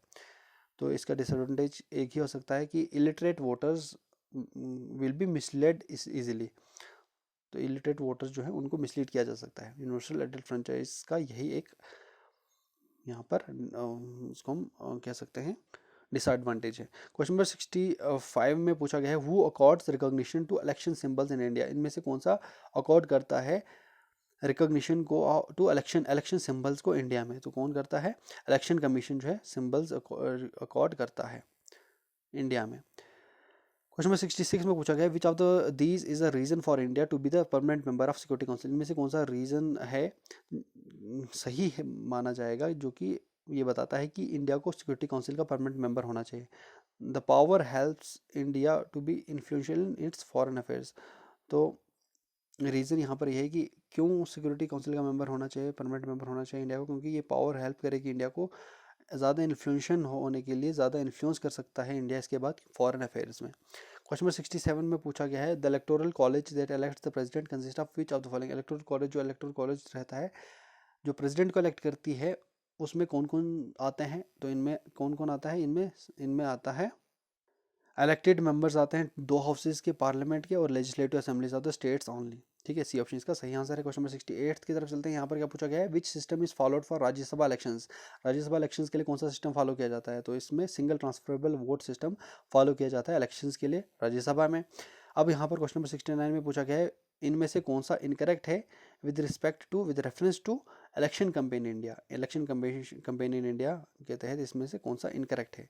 तो यहाँ पर इनमें से कौन सा इनकरेक्ट है, इनमें से इनकरेक्ट है government provide resources for election campaign. Government election campaign के लिए रिसोर्सेज प्रोवाइड करती है, बिल्कुल गलत। गवर्नमेंट कोई भी रिसोर्सेज प्रोवाइड नहीं करती है। The fundamental duties of India was inspired by which of the following constitution.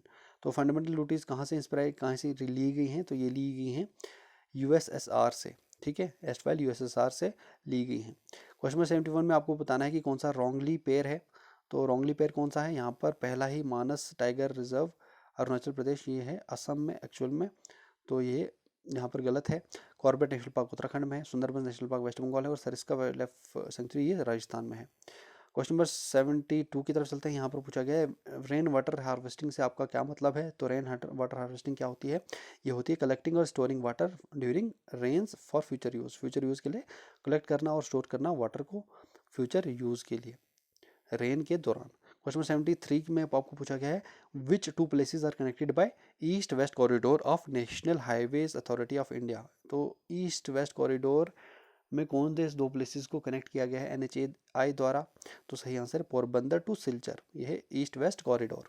ठीक है, ए ऑप्शन इसका सही आंसर है। क्वेश्चन नंबर 74 में आपको पूछा गया है what is the timber of deodar used in the making of boats and bridges. तो यहाँ पर टिम्बर कौन सा है देवदार का जो कि यूज किया जाता है बोट्स और ब्रिजेस को बनाने के लिए। सही आंसर है इसका it is impervious to water. तो कौन सा टिम्बर, क्यों टिम्बर इस्तेमाल किया जाता है देवदार में, देवदार का बोट्स और ब्रिजेस बनाने के लिए देवदार का टिम्बर क्यों इस्तेमाल होता है, क्योंकि इसमें से पानी आसानी से पास नहीं होता है।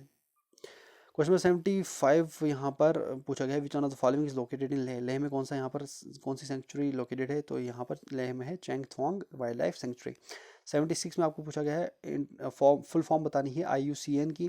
तो फुल फॉर्म क्या है IUCN की, फुल फॉर्म जो है IUCN की वो है international union for conservation of nature. B option इसका सही आंसर है। क्वेश्चन नंबर 77 में पूछा गया national aquatic animal of India is found in. National aquatic animal जो है इंडिया का कहाँ पर पाया जाता है, ये पाया जाता है रिवर गेंजिस में जो कि है डॉल्फिन। क्वेश्चन नंबर 78 में आपको पूछा गया है which of the following are Jovian planets. Jovian planets कौन से हैं, जो बड़े बड़े प्लैनेट्स रहते हैं उनमें वो कौन से प्लैनेट्स हैं, वो रहते हैं जुपिटर, सैटर्न, यूरेनस और नेपच्यून। सी ऑप्शन का सही आंसर है। क्वेश्चन नंबर 79 में पूछा गया Jammu and Kashmir government has impose water usages charges on all major and medium hydro electric projects in the state to. Jammu and Kashmir government ने इम्पोज किया है वाटर यूजेज चार्जेस को सभी मेजर और मीडियम हाइड्रो इलेक्ट्रिक प्रोजेक्ट्स के ऊपर स्टेट में, किस लिए, ताकि वो क्या कर सके फर्स्ट स्टेप ले सके towards it's economic self reliance.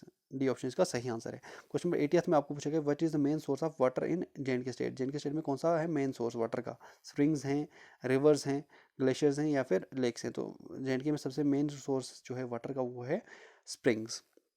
Question number 81 which one of the following ports was constructed to reduce the congestion at Kolkata airport. Kolkata airport को कंजेशन रिड्यूस करने के लिए इनमें से कौन सा पोर्ट यहाँ पर बिल्ड किया गया है। तो सही आंसर है यहाँ पर हल्दिया पोर्ट यहाँ पर बिल्ड किया गया है, बी ऑप्शन। क्वेश्चन नंबर 82 में पूछा गया what happens when the rain of run off on the ground is collected and allowed to be observe. इनमें से कौन सा होता है जब रन ऑफ ग्राउंड में कलेक्ट किया जाता है और एब्जॉर्व कर दिया जाता है उस रन ऑफ को। तो सही आंसर क्या है कि ग्राउंड वाटर ज़्यादा हो जाता है। क्यों, क्योंकि रन ऑफ वाटर जो है जब एब्जॉर्ब होगा और कलेक्ट होगा अब्जॉर्ब होगा ग्राउंड में, तो यहाँ पर ग्राउंड वाटर जो है रिचार्ज हो जाएगा, ज़्यादा वाटर आ जाएगा यहाँ पर। क्वेश्चन नंबर 83 में आपको पूछा गया है कि what is the deepest land locked and protected port along the east coast of India. तो इनमें से डीपेस्ट और सबसे लैंड लॉक्ड जो प्रोटेक्टेड पोर्ट है ईस्ट कोस्ट में इंडिया की, वो कौन सा, ईस्ट कोस्ट में कौन सा है, वो है विशाखापट्टनम। ठीक है, डी ऑप्शन इसका सही आंसर। क्वेश्चन 84 में पूछा गया south pole experience continuous light during the. South pole experience करता है कंटिन्यूअस लाइट कब। तो कंटिन्यूअस लाइट साउथ पोल कब एक्सपीरियंस करता है, जब विंटर सोलिस्टिस होता है। ठीक है, बी ऑप्शन इसका सही आंसर है। अब हम चलते हैं क्वेश्चन नंबर 85 की तरफ। यहाँ पर पूछा गया which state in India has made building rain water harvesting structures in every house compulsory. इनमें से कौन सी स्टेट जो है इंडिया की उसने कंपलसरी बनाया है building rain water harvesting structures को हर एक घर में। तो सही आंसर है इसका किस स्टेट में है, ये तमिलनाडु में compulsory rain water harvesting structures को बनाना। क्वेश्चन 86 में पूछा गया है the metal that reacts violently with cold water. Cold water के साथ इनमें से कौन सा मेटल सबसे वायलेंटली रिएक्ट करता है। तो इनमें से कौन सा वायलेंटली रिएक्ट करता है, वो रिएक्ट करता है कौन सा, रिएक्ट करता है सोडियम, क्योंकि बहुत ज़्यादा ये रिएक्टिव होता है, क्योंकि इसमें इसका इलेक्ट्रॉन शेल फिल्ड नहीं होता, तो एक इलेक्ट्रॉन लूज करके ये रिएक्ट बहुत ज़्यादा करता है।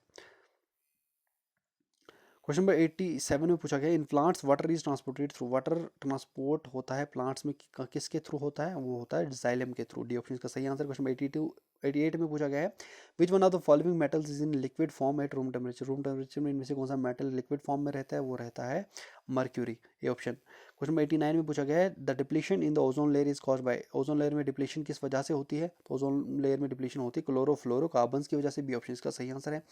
उसके बाद क्वेश्चन नंबर 90th में पूछा गया, the animal which reproduce by exogenous budding, exogenous budding से कौन सा एनिमल रिप्रोड्यूस करता है, तो ये रिप्रोड्यूस करता है हाइड्रा। क्वेश्चन नंबर 91 में पूछा गया, which of the following is not a major green house gas, इनमें से कौन सी ग्रीन हाउस गैस नहीं है, सही आंसर है ऑक्सीजन, इसमें से ग्रीन हाउस गैस नहीं है, बाकी मीथेन, कार्बन डाइऑक्साइड और water vapour green house gases हैं। क्वेश्चन नंबर 92 में पूछा गया, the species of plants and animals which are found only in particular region are known as, इनमें से कौन सी स्पीशीज हैं प्लांट्स और एनिमल्स की जो कि एक पर्टिकुलर रीजन में ही पाई जाती हैं, उन स्पीशीज को क्या कहा जाता है, इनको कहा जाता है एंडेमिक स्पीशीज कहा जाता है। ये ऑप्शन का सही आंसर है।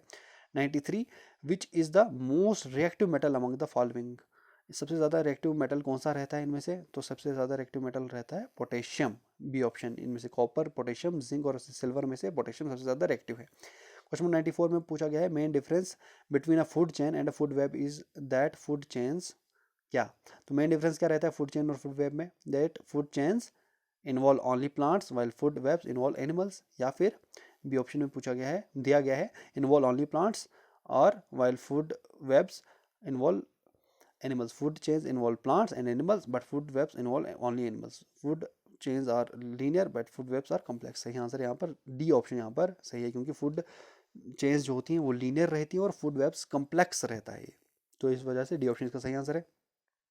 फिर रहता है question number 95, kidneys in human beings are a part of, kidneys जो रहती है ह्यूमन बींग्स में वो किसका पार्ट रहती है, तो किडनीज आपको पता है एक्सक्रीशन सिस्टम का पार्ट रहती है, ये ऑप्शन का सही आंसर है।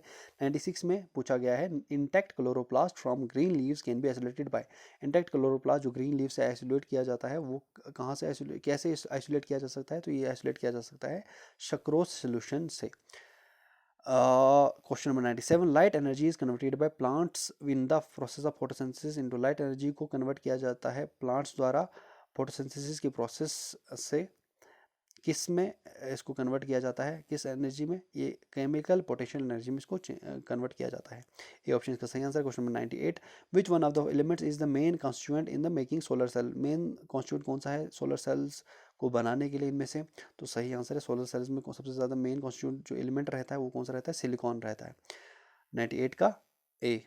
99 में यहाँ पर है, animal which shows transfers binary fission, transfers binary fission किस एनिमल की होती है, ट्रांसफर्स बाइनरी फिशन रहती है पैरामीशियम की, ओके, डी ऑप्शन इसका सही आंसर। क्वेश्चन नंबर 100 में पूछा गया, which are the following power plants works on the principle of gravity, इनमें से कौन सा पावर प्लांट ग्रेविटी के प्रिंसिपल वर्क करता है, सही आंसर है हाइड्रो पावर प्लांट ग्रेविटी के ऊपर ये उस प्रिंसिपल पर वर्क करता है, ठीक है। क्वेश्चन नंबर 101 में पूछा गया है, during electrolytic reduction which one of the following acts as a reducing agent, electrolytic reduction के तौर पे जब होती है उस टाइम पे कौन सा यहाँ पर इनमें से रिड्यूसिंग एजेंट के तौर पे एक्ट करता है, तो इनमें से कैथोड जो है रिड्यूसिंग एजेंट के तौर पे तब एक्ट करता है। क्वेश्चन 102 में पूछा गया है, power and manure both are provided, power और मैन्योर इनमें से कौन सा प्रोवाइड करता है, तो ये प्रोवाइड करता है कौन, बायोगैस प्लांट्स पावर और मैन्योर दोनों प्रोवाइड करते हैं। 103 में आपको पूछा गया है, most of the energy taken into an ecosystem is, most जो एनर्जी जो इकोसिस्टम में ली जाती है वो क्या होती है, उसको हम कन्वर्ट करते हैं बायोमास में, बाय प्लांट्स में प्लांट्स को बायोमास में कन्वर्ट करते हैं, या फिर यूटिलाइज होती है सेकेंडरी कंज्यूमर्स द्वारा, या फिर हीट के तौर पे लॉस हो जाती है, या फिर यूज बाय द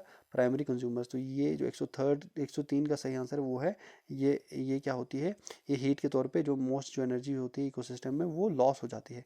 104 में आपको पूछा गया, the focal length of spherical mirror is approximately equal to, focal length जो स्फेरिकल मिरर की रहती है वो किसके बराबर रहती है, वो रहती है बराबर half the radius of curvature, curvature जो रेडियस का कर्वेचर का रहता है उसके हाफ रहती है फोकल लेंथ स्फेरिकल मिरर की, आपने पढ़ा होगा साइंस में फिजिक्स में, 9th की फिजिक्स के ये क्वेश्चंस हैं। क्वेश्चन नंबर 105 में आपको पूछा गया है, which of the following is not considered as advantage to using the garden pea for Mendel experiment, इनमें से कौन सा कंसिडर नहीं किया जाता कि एक एडवांटेज है इसलिए गार्डन पी का इस्तेमाल करने के लिए मेंडल एक्सपेरिमेंट्स में, तो सही आंसर यहाँ पर क्या है, ट्रू ब्रीडिंग वेराइटीज़ जो है उस टाइम पे बहुत कम थी, तो एक रीज़न ये वाला रीज़न नहीं है मेंडल एक्सपेरिमेंट में गार्डन पी को इस्तेमाल करने के लिए, बाकी सही है।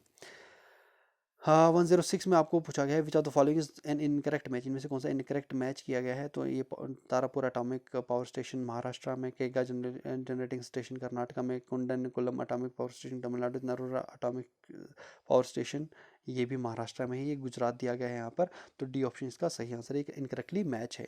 107 में पूछा गया है, who among the following was conferred the Harvard university 2015 humanitarian of the year award, 2015 का हार्वर्ड यूनिवर्सिटी ह्यूमैनिटेरियन अवार्ड किसको दिया गया था, ये दिया गया था यहाँ पर कैलाश सत्यार्थी को। तो ये 2015 का पेपर था, इसलिए 2015 का करंट अफेयर्स का क्वेश्चन भी इसमें पूछा गया था। उसके बाद 108 में यहाँ पर पूछा गया आपको, what is the status of Christ the Redeemer situated, status क्या रहे है क्राइस्ट द रिडीमर का, कहाँ पर ये सिचुएटेड है, क्राइस्ट द रिडीमर यहाँ पर सिचुएटेड है, ये ब्राज़ील में है।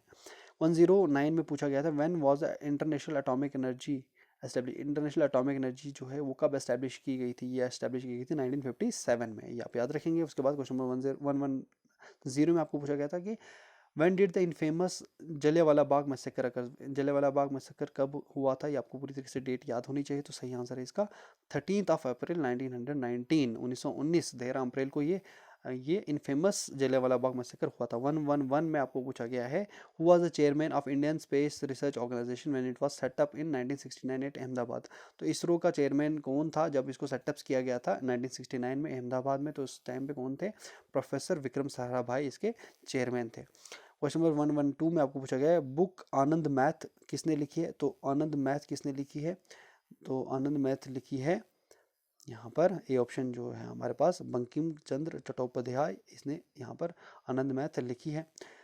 उसके बाद क्वेश्चन नंबर 113 में आपको पूछा गया है, when is the international day of yoga as declared by general assembly.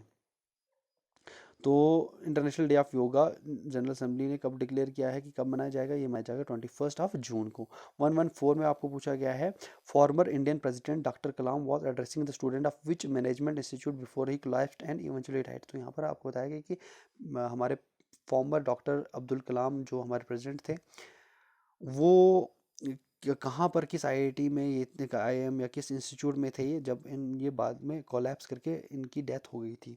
तो ये थे तब, लास्ट जो लेक्चर दिया था इन्होंने आईआईएम शिलोंग में दिया था। तो ये 2015 का क्वेश्चन था जब इनकी मृत्यु हुई थी। 115 में आपको पूछा गया है, what is the full form of BCCI, BCCI की फुल फॉर्म क्या है, बीसीसीआई की फुल फॉर्म है board of control for cricket in India, C option का सही आंसर है। 116 में पूछा गया है, which of the following is not a Dravidian language, इनमें से कौन सा द्रविडियन लैंग्वेज नहीं, द्रविडियन लैंग्वेज में से कौन सी नहीं है, तेलुगु मलयालम कन्नड़ा सारी द्रविडियन लैंग्वेज है, सिर्फ संस्कृत यहाँ पर द्रविडियन लैंग्वेज नहीं, ये आर्यन लैंग्वेज है। 117 में आपको पूछा गया है, how many rockets can the Pinaka a multi barrel rocket system developed at the DRDO equip. तो इनमें से कितने रॉकेट्स जो है, एक पिनाका जो है जो कि एक मल्टी बैरल रॉकेट सिस्टम है जो कि डीआरडीओ ने डेवलप किया है, उसमें कितने रॉकेट्स आ सकते हैं एक साथ।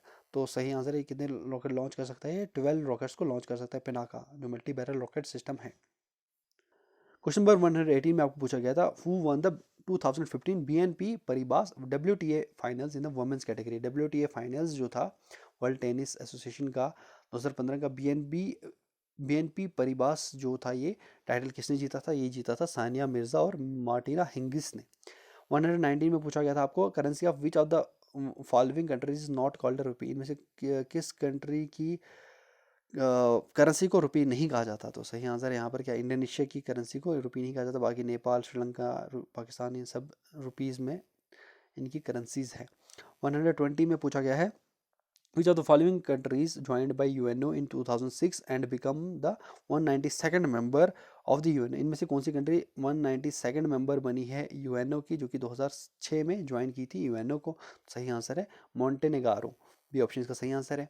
121 में पूछा गया, after fruit production wheat is the largest activity in the state of Kashmir. Fruit production के बाद कौन सी एक्टिविटी सबसे ज़्यादा की जाती है कश्मीर में, what is the largest activity in the state of Kashmir after fruit production के बाद।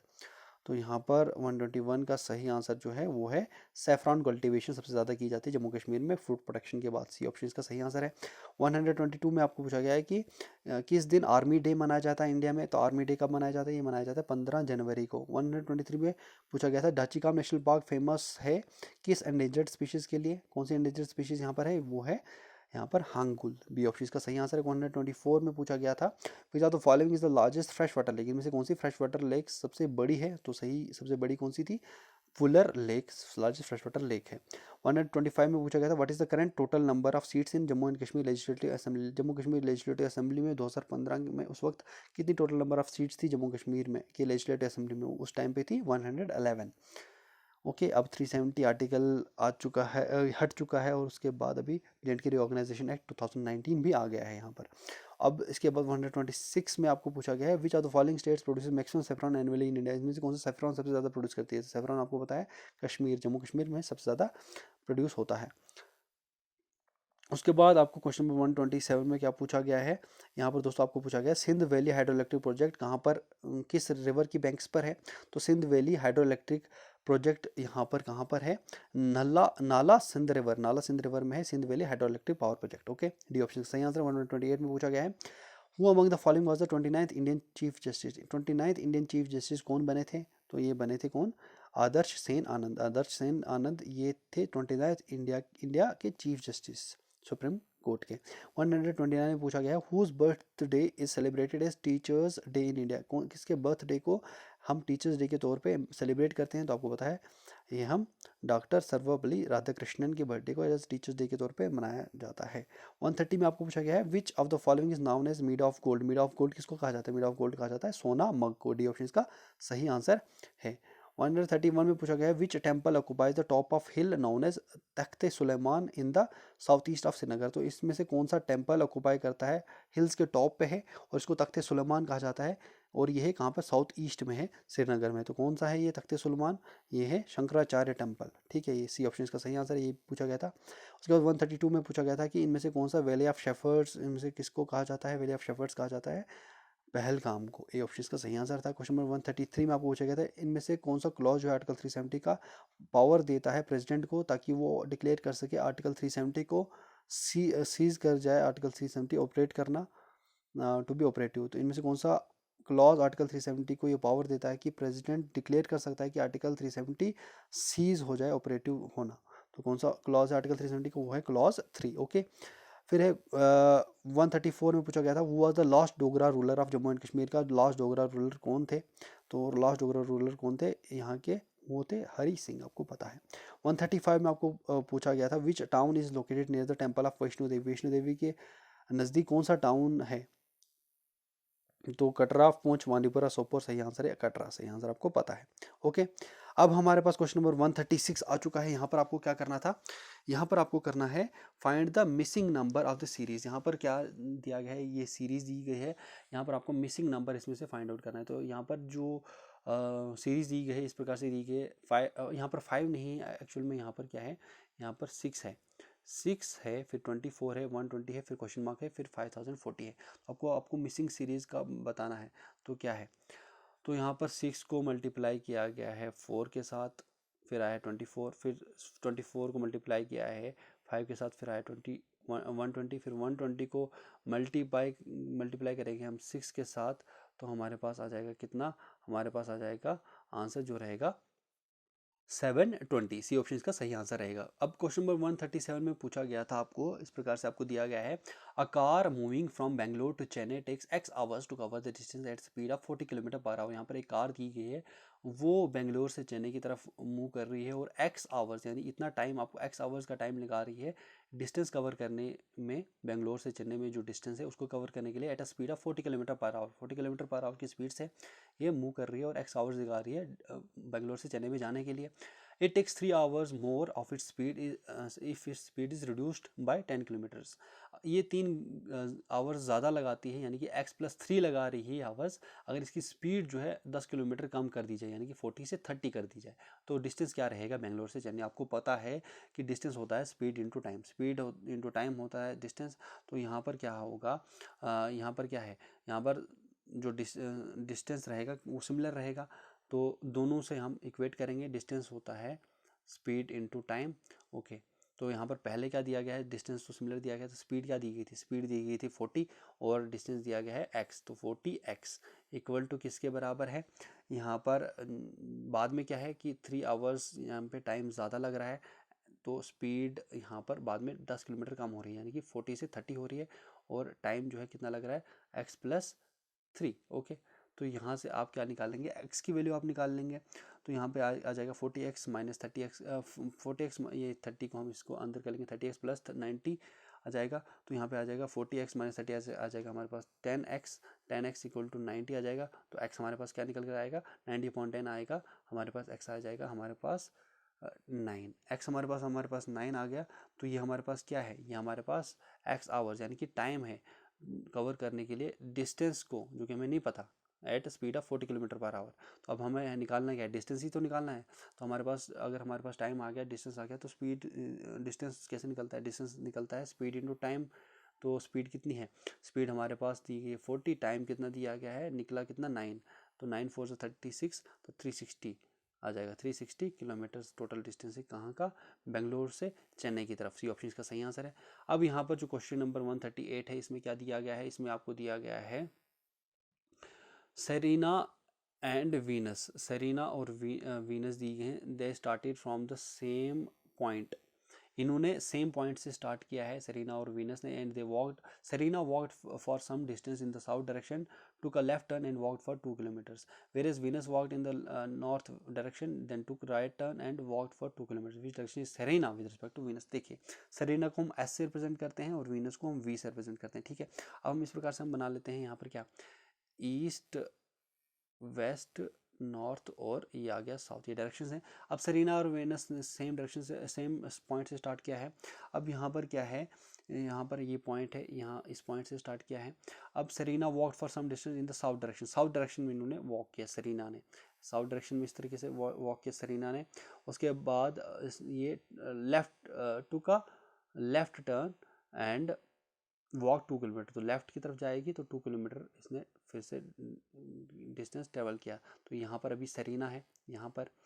उसके बाद हमारे पास जो वीनस है, इन्होंने भी वॉक किया है नॉर्थ की तरफ, नॉर्थ की तरफ वॉक किया। उसके बाद इन्होंने राइट टर्न लिया और 2 किलोमीटर चले हैं। तो यहाँ पर अभी ये है वीनस, ये वीनस यहाँ पर है नॉर्थ में और सेरेना है साउथ में। अब यहाँ पर आपको बताना है कि किस डायरेक्शन में सेरेना है with respect to Venus, Serena किस डायरेक्शन में with respect to Venus, with respect to Venus किस डायरेक्शन में, ये इस डायरेक्शन में है।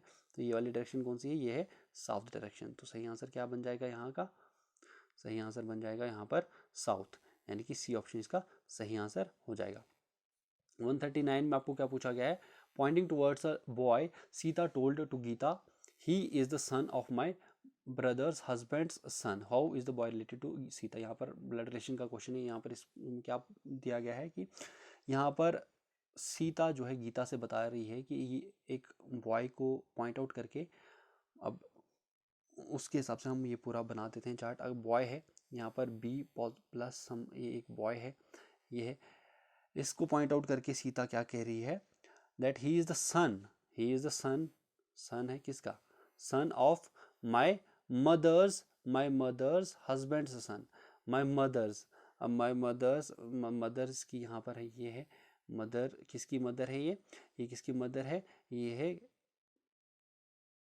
सीता की mother, Sita. My mother's husband son, my mother's husband यहाँ पर आ जाएगा हस्बैंड, हस्बैंड का बेटा, हस्बैंड के बेटे का बेटा है, हस्बैंड के बेटे का बेटा है किसका, हस्बैंड, यानी कि इस मदर के हस्बैंड का मतलब क्या है कि इसके फादर के बेटे का बेटा, इसके फादर के बेटे का बेटा, इसको क्या नहीं लगेगा, इस क्या रिलेशन रहेगा, इसका नेफ्यू का रिलेशन रहेगा। ओके, आई होप आपको समझ में आ चुका होगा। क्वेश्चन नंबर, अब हम क्वेश्चन नंबर 140 की तरफ चलते हैं। यहाँ पर क्या पूछा गया है, if I have twice the number of coins that my brother has and half the number of coins my sister has, totally we have 28 coins, how many coins do I have.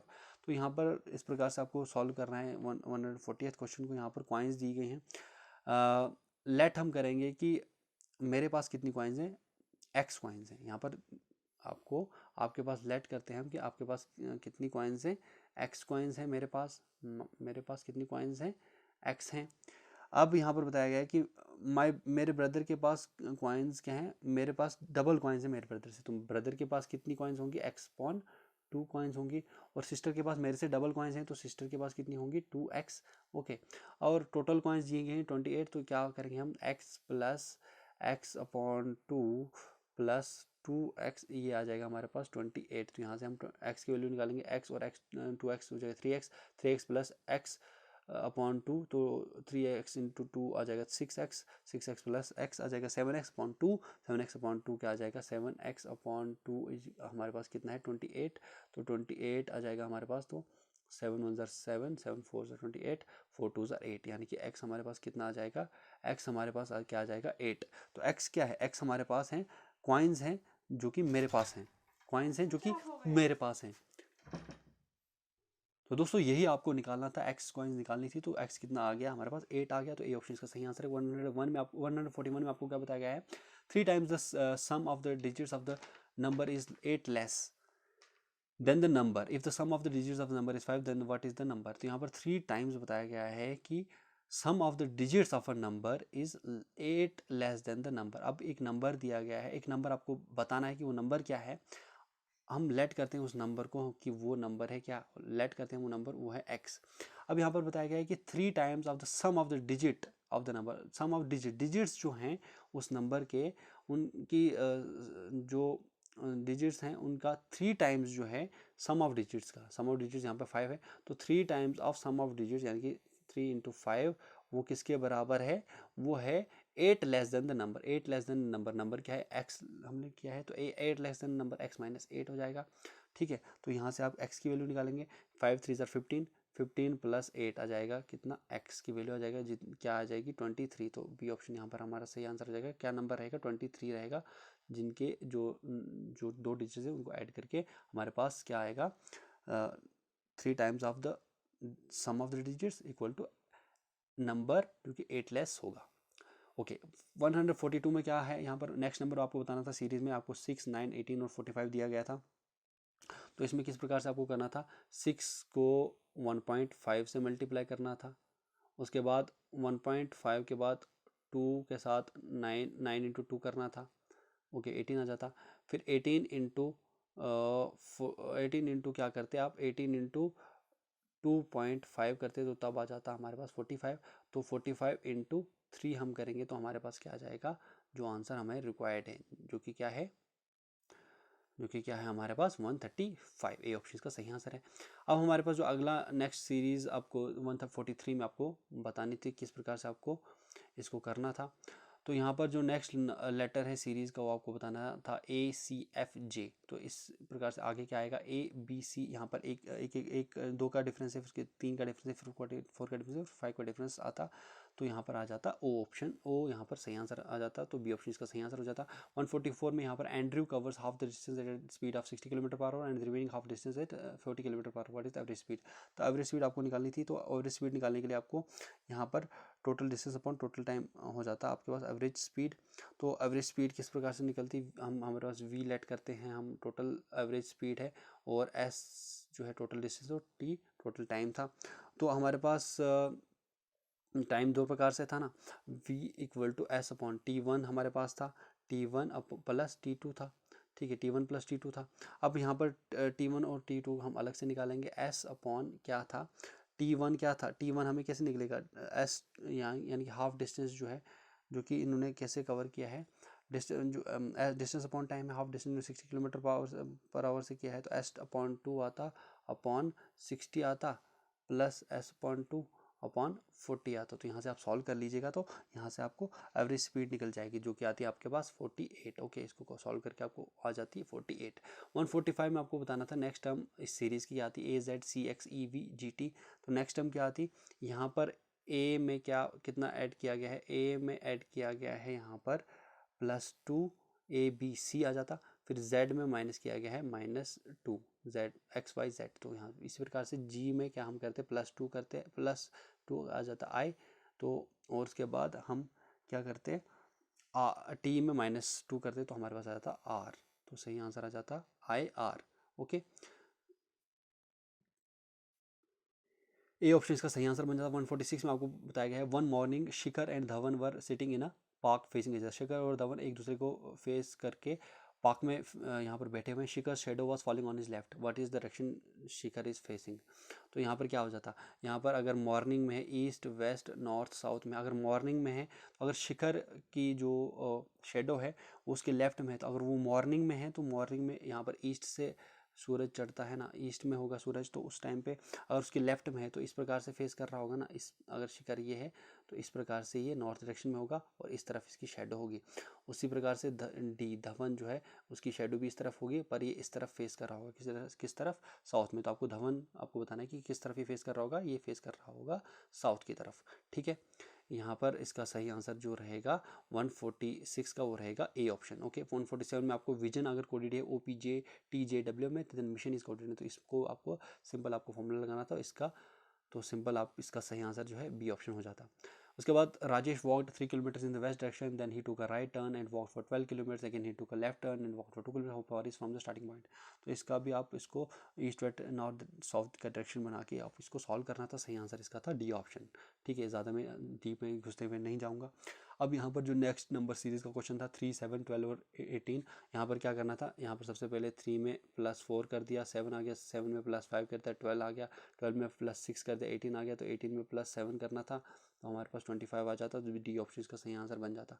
उसके बाद तो question number 150 जो आखिरी question था, इसमें directions दी गई थी कि ये कंक्लूजन्स सैलोगिज्म का क्वेश्चन था। यहाँ पर स्टेटमेंट दिया गया था, उसके बाद 2 कंक्लूजन दिया गया था, उसके बाद आपको बताना है कि स्टेटमेंट बिल्कुल ट्रू लेना है, उसके बाद कंक्लूजन जो है उसके हिसाब से आपको बताना है कि फॉलो करते हैं या नहीं करते हैं। अब स्टेटमेंट इस प्रकार से था, all Indians are patriotic, all Indians are, सभी इंडियंस जो हैं, क्या बताया गया था कि सभी इंडियंस क्या हैं, वो पैट्रियाटिक हैं। तो अभी सभी इंडियंस अगर पेट्रियाटिक हैं, तो कंक्लूजन में बताया गया था कि अमेरिकन आर नॉट पेट्रियाटिक, तो अमेरिकन कहाँ, तो हम कह नहीं सकते, पहला कंक्लूजन गलत है। Every citizen should love his nation, तो एवरी सिटीजन को अपने नेशन को लव करना चाहिए, तो वो भी हम बता नहीं सकते। तो यहाँ पर क्या था, इसका जो सही आंसर था वो था नाइदर 1 नॉर 2, दोनों में से कोई भी फॉलो नहीं करता है, तो यहाँ पर डी ऑप्शन इसका सही आंसर था। तो आई होप ये जो पूरा का पूरा पेपर है आपको पसंद आया होगा। ये पेपर जो है 2015 का पूरा VLW का पेपर था, जो कि उस वक्त आपको पेपर आया था, वही पेपर इसमें मैंने मॉडिफाई करके अच्छे से इसको प्रिंट करे टाइप करके आपके सामने लाया हूँ। बहुत ज़्यादा मेहनत लगी इस पेपर को लाने में, बहुत ज़्यादा मेहनत करके इस पेपर को मैंने बनाया है। तो अब आपको क्या करना है, अगर आपको ये PDF चाहिए तो PDF के लिए आपको क्या करना है, टेलीग्राम चैनल ज्वाइन करना है, वहाँ पर आपको ये PDF भी फ्री में मिल जाएगा। यहाँ पर आपको एक बात बता दूँ कि आपको चैनल को सब्सक्राइब ज़रूर करना है और टेलीग्राम चैनल भी ज्वाइन करना है, क्योंकि वहाँ पर आपको बाकी सारे PDFs भी मिल जाएंगे और ये वाला PDF भी आपको मिल जाएगा बिल्कुल फ्री ऑफ कॉस्ट। तो फिलहाल अब इस वीडियो में इतना ही, मिलते हैं अब अगली वीडियो में, तब तक के लिए बाय बाय, जय हिंद।